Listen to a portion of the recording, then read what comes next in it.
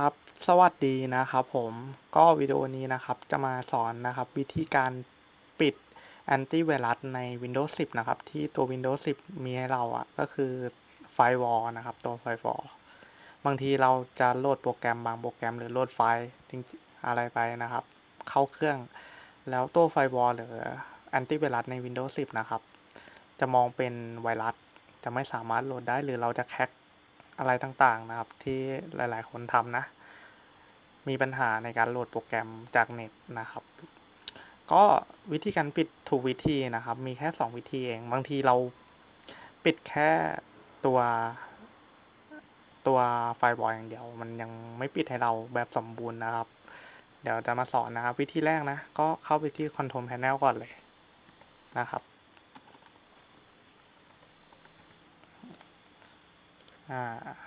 เดี๋ยวแป๊บนึงนะครับพอเข้ามาแล้วนะครับให้เรามาที่ small icon ตรงนี้นะครับปกติจะเป็นอย่างนี้ใช่ไหมเราก็ต้องมาที่ small icon นะครับแล้วจะเห็นคำว่า Windows Firewall เห็นปะครับเห็นป่ะตรงนี้อย่างเงี้ยยังเปิดอยู่ถูกไหมครับยังไม่ปิดให้เรา turn Windows Firewall ตรงนี้นะครับ turn off ให้เราปิดตรงนี้หมดเลยนี่เนี่ยเห็นปะครับเราก็กดโอเคเนี่ยครับอันนี้คือปิดนะครับปิด Windows Firewall นะครับปิดแค่นี้ยังไม่ได้นะครับปิดแค่นี้ยังถือว่ายังทำงานอยู่นะไฟวอลของเราต้องมาปิดอีกที่หนึ่งนะครับก็คือตรงนี้เดี๋ยวผมพิมพ์ก่อนมาพิมพ์คำว่า run นะครับแล้วก็มาพิมพ์คำว่า jpegedit.msc นะครับตามนี้เลยนะแล้วกดโอเคเข้าไปเลยรอแป๊บนะครับครับผมพอได้หน้าตาแบบนี้เข้ามานะครับให้เราเดี๋ยวให้เราไปที่ administration template ตรงนี้นะครับเนี่ยคลิกลงมาครับคลิกลูกศรลงมาแล้วก็มาที่ Windows Component ตรงนี้นะครับแล้วก็เลื่อนลงมาครับไปหาแป๊บหนึ่งนะครับ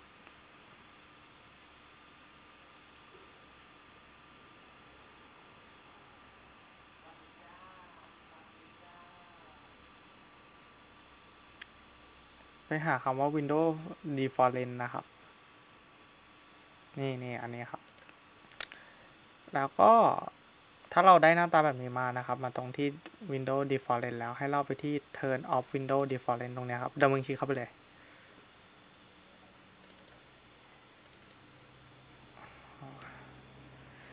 อันนี้ผมดับเบิลคลิกเลยนะครับ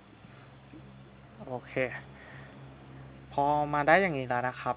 ปกติถ้าเรายังไม่เคยทำมันจะติ๊กตรงนี้อยู่ให้เราไปติ๊กตรงนี้ครับ disable นะครับกด apply โอเคเลยครับแค่นี้ครับจบแล้ว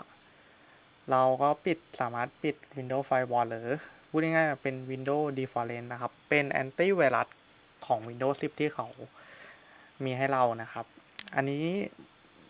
การที่เราปิด Windows Default นะครับผมไม่แนะนำนะไม่แนะนำให้ปิดแต่ถ้าจำเป็นจริงๆนะครับก็ตามวิธีที่ผมบอกในคลิปเลยก็จะสามารถช่วยในการแคคหรือโหลดโปรแกรมบางโปรแกรมที่แอนตี้ไวรัสของเรานะครับหรือ Windows Default นะครับมองเป็นไวรัสนะทำให้เราโหลดโปรแกรมอันนั้นไม่ได้แต่จริงๆมันไม่ใช่ไวรัสแต่ Windows มองเห็นเป็นไวรัสนะครับก็ประมาณนี้ครับ2วิธีหลักๆวิธีแรกก็เข้าไปที่ Control Panel นะครับวิธี2ก็มาตรงนี้นะครับมาที่ Run เนี่ยนะครับแล้วก็มาเข้า gpedit นะครับ .msc นะก็แค่นี้ครับมาปิดตรงนี้นะครับโอเคก็ประมาณนี้ครับวิดีโอนี้นะครับก็หวังว่าคงเป็นประโยชน์กับทุกคนนะครับวิดีโอนี้เพราะว่ามีหลายๆคนนะครับสอบถามเข้ามาว่าบางทีโหลดโปรแกรมเข้ามาแล้ว Windows มองเป็นไวรัสนะครับอันนี้ก็เป็นเหตุผลที่ว่าทำไมต้องมาปิดไฟวอลหรือ Windows Default นะครับโอเคครับก็ขอจบวิดีโอเพียงแค่นี้นะครับก็ถ้าชอบก็ฝากกดไลค์กดแชร์channel ด้วยนะครับแล้วก็กด Subscribe ด้วยนะครับกดกระดิ่งจะได้ไม่พลาดวิดีโอต่อไป โอเคครับ จบวิดีโอเป็นแค่นี้ครับผมครับ